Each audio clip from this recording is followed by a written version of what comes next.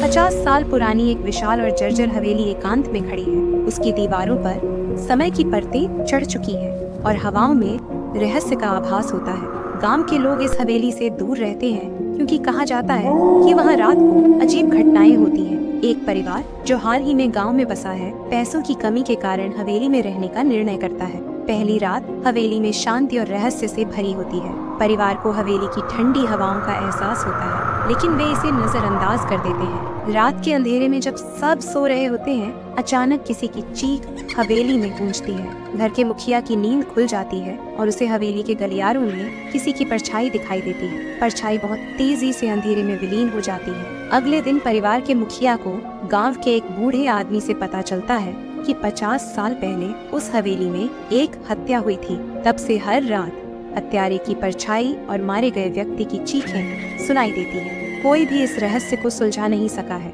अगली रात हवेली में फिर से चीखें सुनाई देती हैं। परिवार इस बार पूरी तरह जाग रहा होता है।